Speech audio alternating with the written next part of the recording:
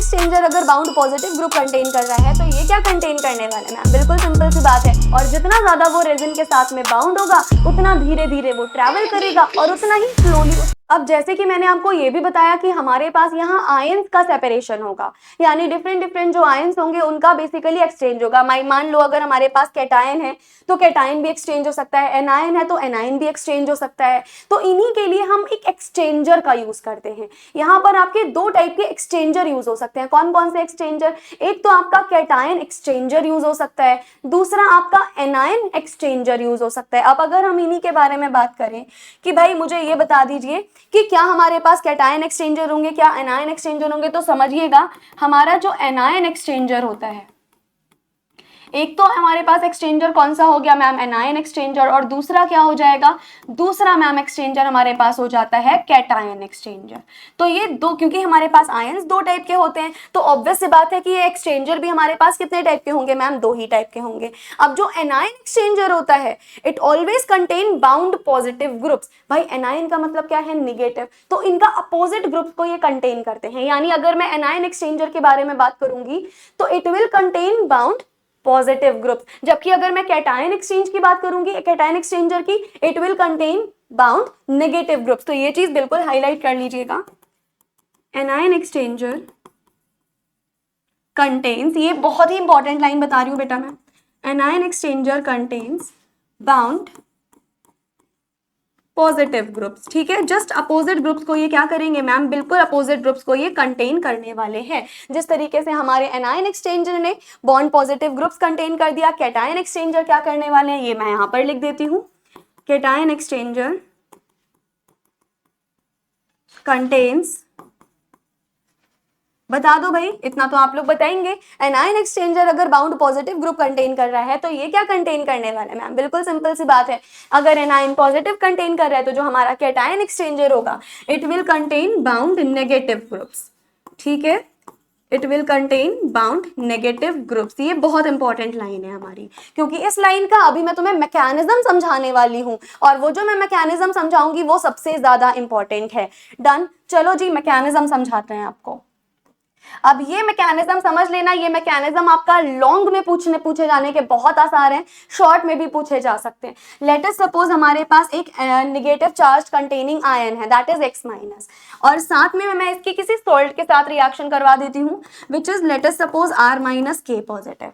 हमारे पास यहाँ पे क्या था? एनायन कंटेनिंग ग्रुप था, इसकी मैंने रिएक्शन एक ऐसे सॉल्ट से करा दी जिसमें निगेटिव पॉजिटिव दोनों चार्जेस हैं। अब यहाँ पर क्या हो जाएगा मैम? अब देखिए यहाँ पर हमारे पास निगेटिव चार्ज है, यहाँ पर निगेटिव पॉजिटिव दोनों चार्ज हैं। तो अब मुझे बता दो यहाँ क्या हो जाने वाला है? क्या कोई बता सकता है? क्या कोई बच्चा बताएगा मुझे अब यहाँ पर क्या हो जाने वाला है? या एक काम करते हैं, यहाँ पर इसको पॉजिटिव चार्ज कैरी कर लेते हैं, X positive R minus K positive. तो यहाँ पर क्या हो जाएगा मैम? देखिए ये दो पॉजिटिव चार्ज है ही, अब यहाँ से जो ये निगेटिव चार्ज है ना, ये निगेटिव चार्ज माइग्रेट कर जाएगा, और जैसे ही ये निगेटिव चार्ज माइग्रेट करेगा ये X पॉजिटिव के साथ अटैच हो जाएगा। कैसे? हमारा नया कंपाउंड जो बनेगा that is X positive R minus, और बाहर क्या निकल गया? K positive. बहुत ध्यान से सुनो, पहले सिंगल कैटायन एक्सचेंज हमारे पास, सिंगल कैटायन ये था, और उसके बाद में हमारा कैटायन क्या हो गया मैम? कैटायन उसके बाद आपका जो अकेला रह गया है दैट इज K पॉजिटिव, यानी यहाँ पर आपके कैटायंस अलग अलग हो गए। जैसे यहाँ आपका R माइनस K पॉजिटिव था, इधर X पॉजिटिव था, इधर आपका जो एनायन था वो आकर के इसके साथ जुड़ गया, और यहाँ हम बोल सकते हैं कि कैटायन एक्सचेंज हुआ एक तरीके से। X पॉजिटिव की जगह क्या आ गया? K पॉजिटिव, यानी यहाँ इस प्रोसेस में क्या हुआ मैम? इस प्रोसेस में आपका कैटायन एक्सचेंज हुआ है।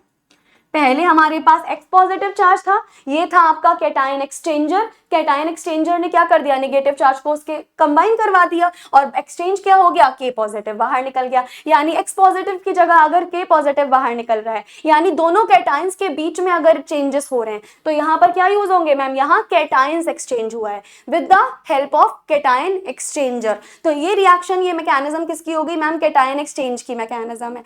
सिमिलरली अगर आप नेगेटिव चार्ज के लिए देखोगे, ये क्या है हमारे पास? ये आपके पास में एनायन दे रखा है। अब एनायन की रिएक्शन हम किसके साथ करा दें? Let us suppose R positive Cl minus के साथ हमने इसकी रिएक्शन कराई। अब ये कैटायन एक्सचेंज हो चुका है, अब हमें एनायन एक्सचेंज करना है। अब भाई बताओ एनायन एक्सचेंज कैसे करेंगे? मैम ये R पॉजिटिव फिर से माइग्रेट कर जाएगा। जैसे ही R पॉजिटिव माइग्रेट करेगा क्या मिलेगा हमारे पास? X minus R positive ma'am ये मिलेगा। और एनायन इस बार क्या हो गया? X माइनस की जगह इस बार एनायन आपका Cl माइनस हो चुका है। यानी यहाँ पर क्या हो गया? इस जगह आपका एनायन एक्सचेंज हो रहा है, ना कि कैटायन। समझ में आई चीजें? हमने दो टाइप की रिएक्शन पढ़ी। देखो सबसे पहले तो हमने ये देखा कि हमारे आयन दो टाइप के होते हैं, कैटायन और एनायन। तो इन दोनों को एक्सचेंज करने के लिए एक्सचेंजर भी दो टाइप के होंगे, कैटायन एक्सचेंजर, एनायन एक्सचेंजर। दोनों के अलग अलग मैकेनिज्म हमने देखे। अगर हमारा कैटायन एक्सचेंज हो रहा है तो क्या होगा? ये cation exchange with the help of cation exchanger. अगर हमारे एनायन एक्सचेंज हो रहे हैं तो ये क्या होगा मैम? ये होगा with the help of any anion exchanger. क्या ये बात क्लियर हुई आपको? क्या ये पूरी मैकेनिज्म आपको समझ में आई किस तरीके से ये हुआ? अब एक मैं डायग्राम बना के समझाती हूँ, वो आपको और भी अच्छे से समझ आना चाहिए।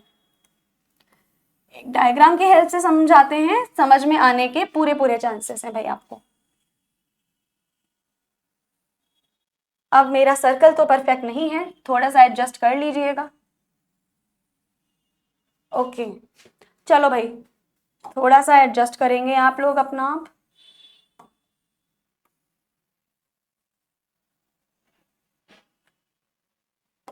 ओके लेटेस्ट सपोज हमने यहाँ पर क्या लिया मैम, इस जगह पर बेसिकली जो भी आपके सेल वॉल्स हैं या जो भी आपके कैटायंस हैं वो यहाँ पर इम्बर्स्ड हैं।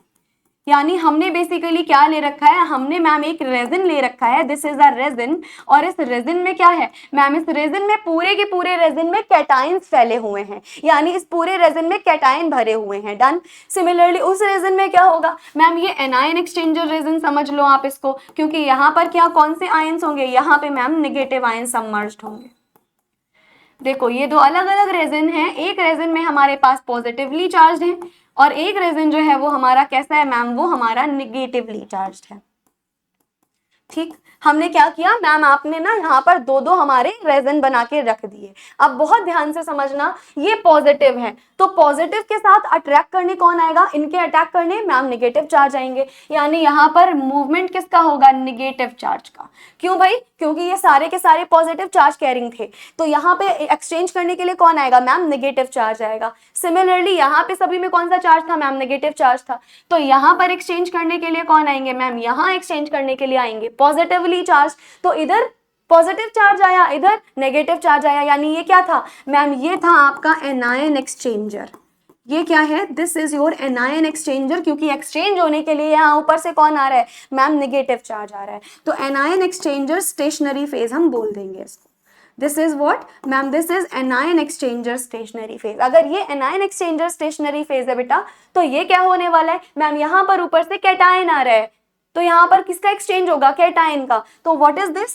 This is ma'am cation exchanger stationary phase. क्या हो गया बच्चा मैम? ये हो गया हमारा कैटायन एक्सचेंजर स्टेशनरी फेज। जब जब आप इसको एग्जाम में मेंशन करोगे, दोनों डायग्राम दोनों फेजेस बना के आएंगे कि कौन सा कैटायन एक्सचेंज का हमारा फेज होता है, कौन सा एनायन एक्सचेंज का फेज होता है। दोनों के स्टेशनरी फेज आपको शो करके ही आने पड़ेंगे। तो चलिए ये हमने समझ लिया। अब हम बढ़ते हैं एक ऐसे टॉपिक की तरफ जहां से क्वेश्चन पिछले सालों से लगातार पूछा जा रहा है और इस बार भी पूछे जाने के बहुत ज्यादा आसार हैं। That is classification of resin. अब रेजिन्स का क्लासिफिकेशन सबसे ज्यादा इंपॉर्टेंट हो जाएगा बेटा आपके लिए, क्योंकि यहां से सवाल हर साल पूछते हैं।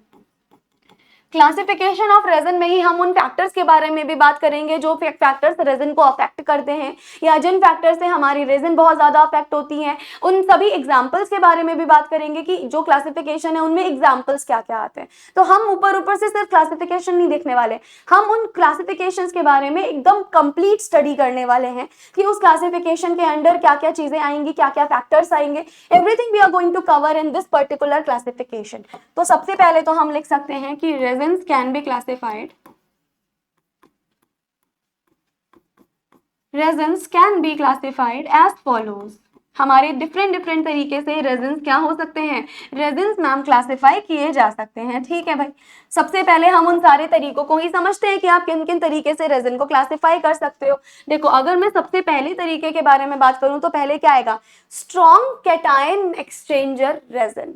जो हमारा पहला रेजिन होगा बेटा वो हम कैटायन एक्सचेंजर का ले लेते हैं, वो भी स्ट्रॉन्ग वाला, यानी पहला टाइप होता है हमारे पास में strong cation exchanger resin. This is the first type of resin जो कि काफी ज्यादा इंपॉर्टेंट है आपका।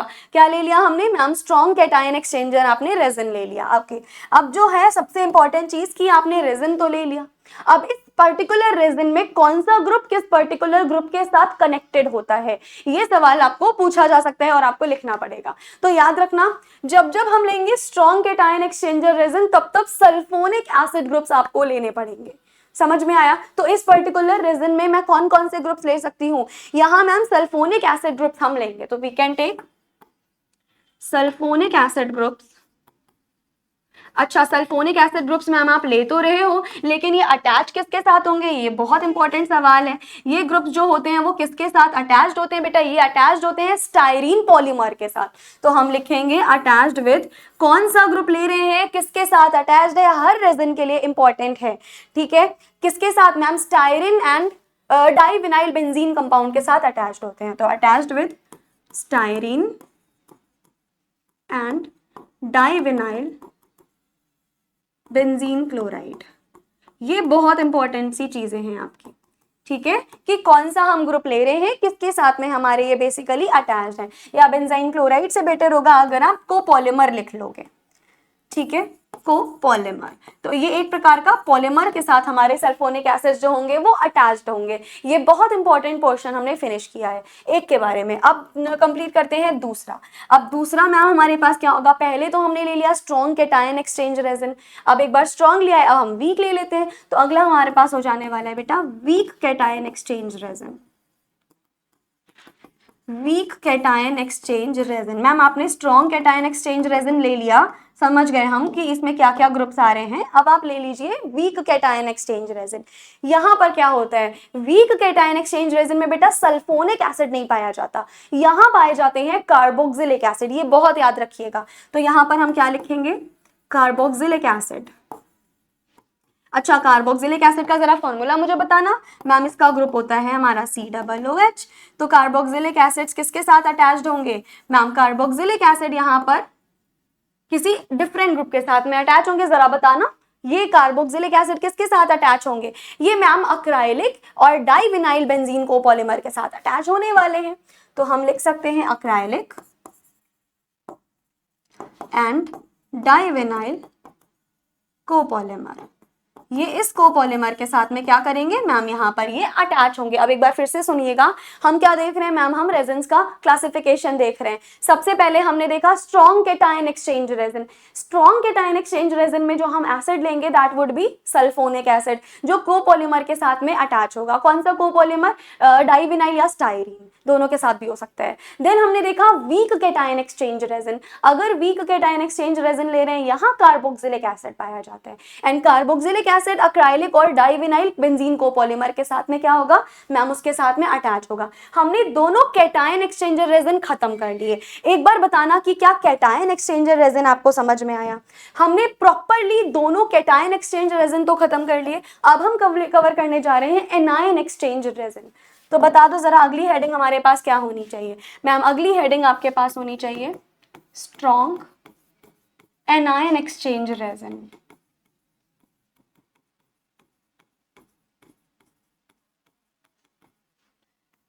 अब मैम आप हमें ये बता दीजिए कि अगर हमारे पास स्ट्रॉन्ग एनायन एक्सचेंज रेजिन आएगा तो हम क्या करने वाले हैं। स्ट्रॉन्ग एनायन एक्सचेंज रेजिन में क्वार्टरनरी अमोनियम का सॉल्ट लिया जाता है। तो यहाँ पर ये सबसे इंपॉर्टेंट चीज है, तो हम यहाँ पर क्या लेंगे, क्वार्टरनरी अमोनियम सॉल्ट। अच्छा, ये क्वार्टरनरी अमोनियम सॉल्ट होता क्या है मैम, ये एक इस प्रकार का सॉल्ट होता है जिसमें नाइट्रोजन के 4 बॉन्ड बने होते हैं। यानी यहाँ पर क्या होगा मैम, नाइट्रोजन 4 बॉन्ड बना के एक सॉल्ट कंटेन करता है। तो quaternary ammonium salt attached with बताओ भाई, अगर हम ये एनायन एक्सचेंज रेजन ले रहे हैं तो यहाँ पर क्या होगा मैम, यहाँ पर जो आपने क्वार्टरनरी अमोनियम सॉल्ट लिया है ये भी स्टाइरीन या फिर डाइविनाइल बेंजीन कोपॉलीमर के साथ अटैच्ड होता है। तो हम यहाँ पर लिख सकते हैं attached with styrene and divinyl benzene copolymer. याद रख लेना दोनों वाले जो स्ट्रॉन्ग होंगे, दोनों हमने स्ट्रॉन्ग जो लिए, चाहे वो कैटायन हो चाहे एनायन हो, दोनों वाले स्ट्रॉन्ग हमारे स्टाइरीन और डाइविनाइल बेंजीन कोपॉलीमर के साथ ही कनेक्ट हुए हैं। ओके, नेक्स्ट हमारे पास क्या होगा मैम, नेक्स्ट आपके पास हो जाएगा वीक एनायन एक्सचेंजर रेजन। जिस तरीके से स्ट्रॉन्ग था उस तरीके से हम क्या ले सकते हैं, उस तरीके से मैम आप ले सकते हो हमारे पास में वीक एनायन एक्सचेंजर रेजन। अब मुझे जल्दी से ये बता दीजिएगा कि ये जो वीक एनायन एक्सचेंजर रेजिन है, यानी वीक एनायन एक्सचेंजर रेजिन के साथ में हम किसको ऐड ऑन करने वाले होते हैं मैम, यहाँ आप पॉली अल्काइल अमीनो ग्रुप्स को अटैच करोगे। यहाँ केवल नाइट्रोजन का अमोनियम सॉल्ट होता है, यहाँ poly alkyl amino group, what is that, nitrogen के साथ डिफरेंट डिफरेंट तरीके के अल्काइल ग्रुप्स अगर आके अटैच हो जाएंगे, इसको हम बोलेंगे poly alkyl amino group.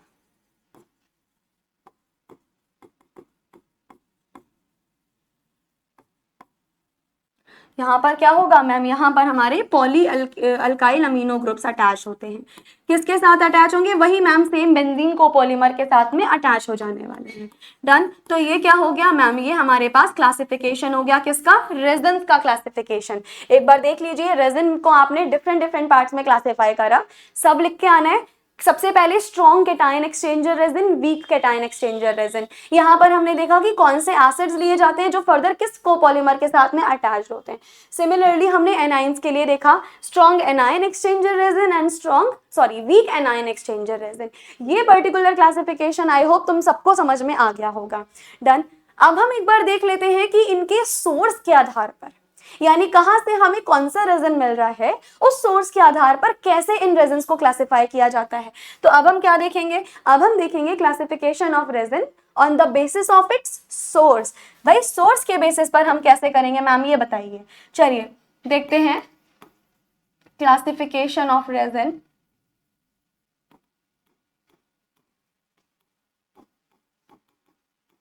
On the basis of its source.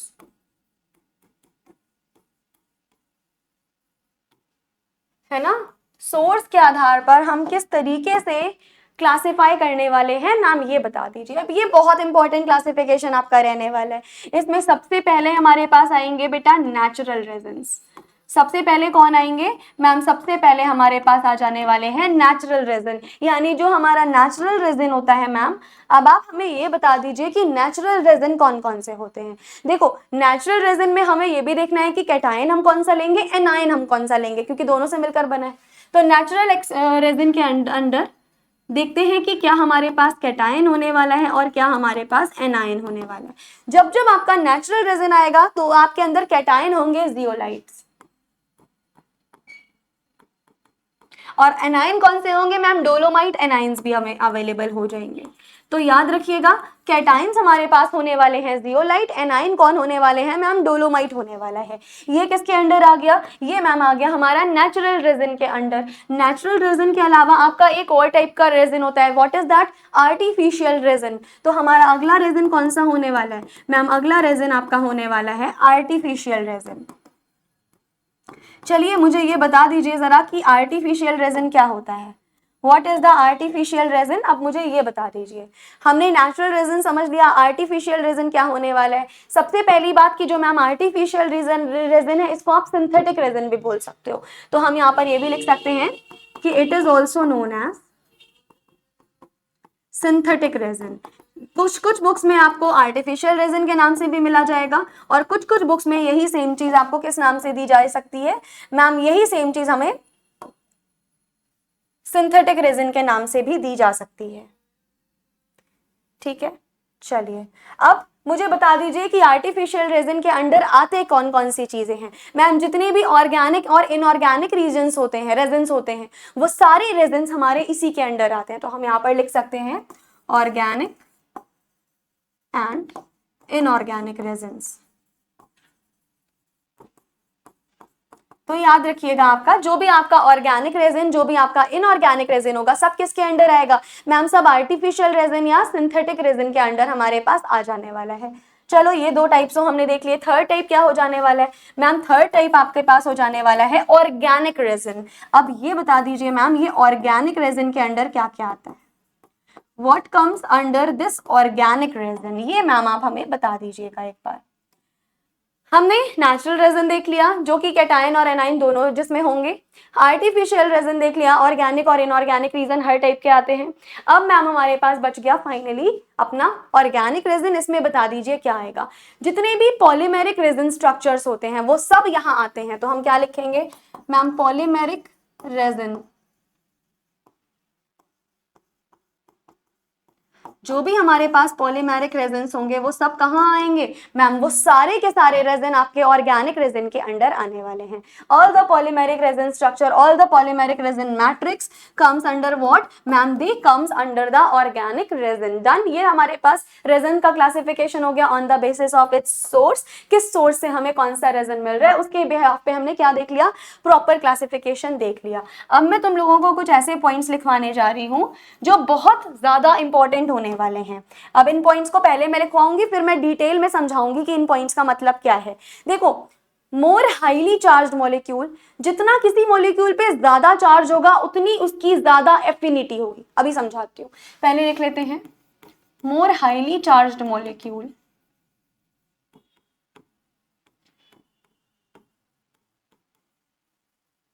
अच्छा, मोर हाईली चार्ज्ड मॉलिक्यूल का मतलब है जितना ज्यादा किसी मॉलिक्यूल पे चार्ज होगा, जितना ज्यादा मॉलिक्यूल पे चार्ज होगा उतना टाइटली वो रेजन से बाउंड होगा। हम लिख सकते हैं more highly charge molecule more tightly bound to the resin. और बेटा एक बात बहुत ध्यान से सुन लो, जितना कसके वो रेजन से बाउंड होगा उतनी ज्यादा उसकी रेजन के लिए एफिनिटी होगी, और उतना कम वो इल्यूट करेगा उतना धीरे धीरे वो इल्यूट करेगा। ऐसा सुनो, जैसे मैंने तुम्हें कॉलम क्रोमेटोग्राफी में बताया था ना, कोई मॉलिक्यूल अगर स्टेशनरी फेज के साथ वाइब्स मैच करवा रहा है, उसकी वाइब मैच हो रही है, वो उसका बेस्ट फ्रेंड है, तो उसके घर से वो बहुत धीरे धीरे धीरे धीरे धीरे धीरे अपने घर पे जाएगा, मतलब बहुत धीरे धीरे इल्यूट करेगा। सिमिलरली अगर कोई ऐसा कैटायन या एनायन है जिसमें हाईली चार्ज्ड है, जिसका चार्ज बहुत ज्यादा है, तो जितना ज्यादा बेटा उसका चार्ज होगा उतना ज्यादा वो उस रेजन के साथ में बाउंड होगा, और जितना ज्यादा वो रेजन के साथ में बाउंड होगा उतना धीरे धीरे वो ट्रैवल करेगा और उतना ही स्लोली उसका इल्यूशन होगा। ये बहुत बहुत ज्यादा इंपॉर्टेंट पॉइंट है, समझ में आ गया? ये हमारे पास क्या होगा, उतना टाइटली बेसिकली हमारे पास बाउंड होगा रेजन से एंड ट्रेवल्स स्लोअर। और ये ट्रेवल कैसे करेगा मैम? बहुत ही धीरे धीरे, स्लोली स्लोली ये ट्रैवल करेगा।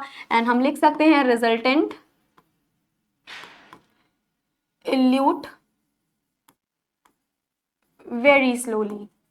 और इल्यूशन कैसा होगा मैम? इसका जो इल्यूशन होगा वो भी हमारा बहुत ही स्लोली स्लोली होने वाला है, यानी बहुत बाद में हमारा इल्यूशन होगा। एक बार फिर से समझा देती हूँ मैं ये चीज। अगर कोई हमारा कैटायन या एनायन है जो हाईली चार्ज्ड है, जितना ज्यादा वो चार्ज्ड होगा उतना स्ट्रांगली वो रेजन से बाउंड होगा, उतना स्ट्रांगली उसने पकड़ रखा होगा।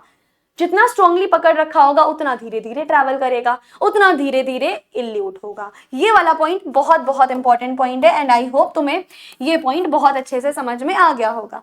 ये पॉइंट समझ में आ गया है तो अब हम डिस्कस करते हैं, अगर कोई मॉडरेटली चार्ज्ड मॉलिक्यूल है तो क्या, यानी ना बहुत ज्यादा चार्ज होगा उस पर और ना उस पर बहुत कम चार्ज है।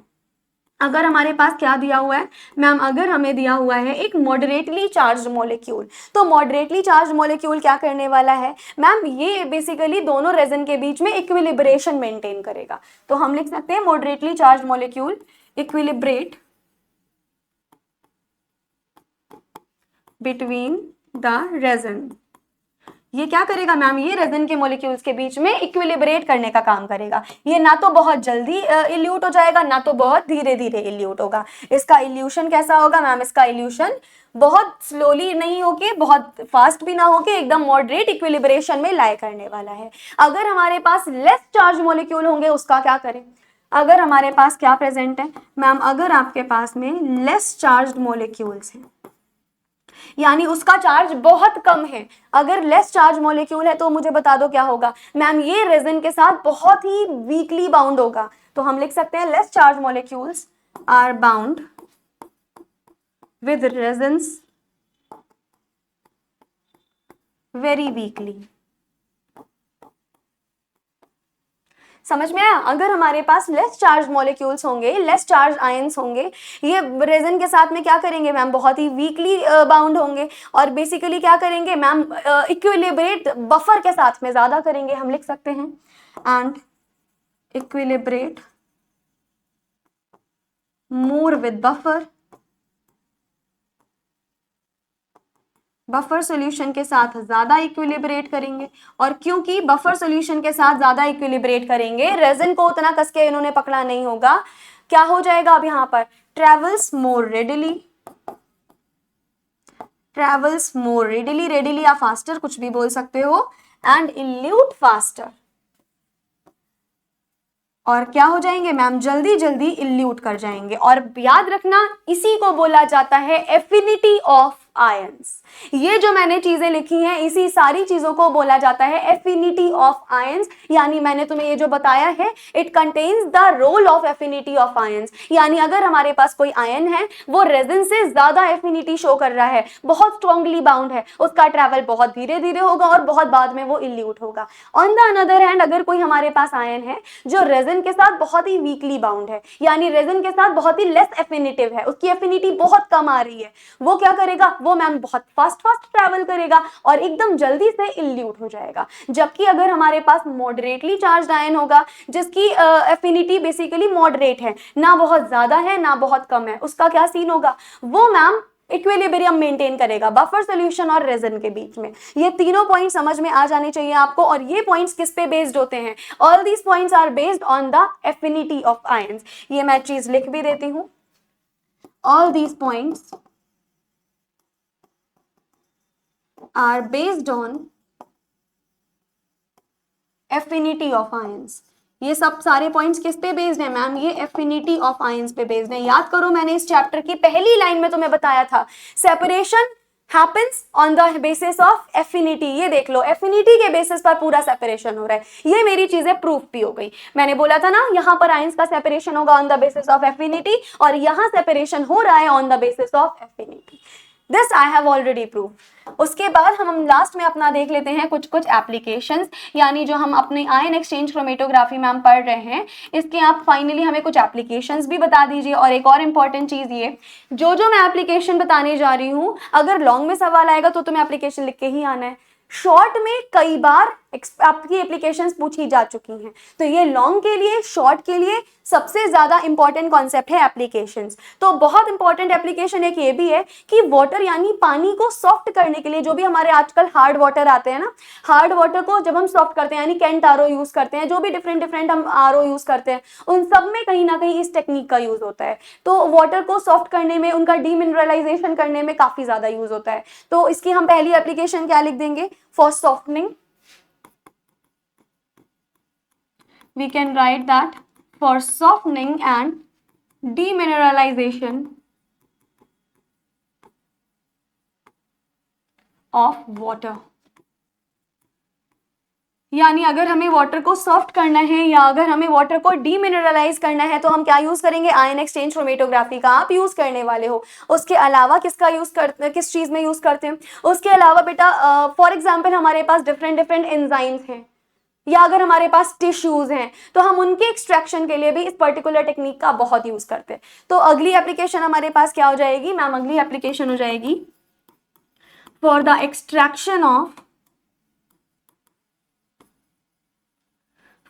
Extraction of enzymes and tissues. यानी हम लोग अपने एंजाइम्स का बेसिकली और टिश्यूज का अगर हमें क्या करना हो मैम, अगर आपको एक्सचेंज करना हो, सॉरी अगर आपको एक्सट्रैक्शन करना हो, आप बहुत इजीली कर सकते हो। डन।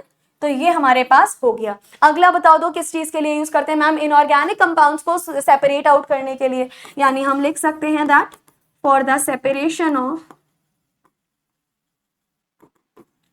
इनऑर्गेनिक कंपाउंड्स अगर हमें कभी भी कोई भी इनऑर्गेनिक कंपाउंड्स का सेपरेशन करना है तो हम किसका यूज करेंगे मैम? बहुत इजीली हम इस पर्टिकुलर क्रोमेटोग्राफी टेक्निक का यूज कर सकते हैं। उसके अलावा अच्छा, इनऑर्गेनिक कंपाउंड्स या इनऑर्गेनिक आयंस लिख लो, और भी ज्यादा स्पेसिफिकली हम लोग इसको बता रहे हैं। उसके अलावा कहाँ यूज किया जाता है मैम? बेसिकली आपके शुगर्स हो गए, प्रोटीन्स हो गए, अमीनो एसिड्स हो गए, इन सभी के सेपरेशन के लिए हम यूज करते हैं। तो हम अगर अगला पॉइंट होगा फॉर द सेपरेशन ऑफ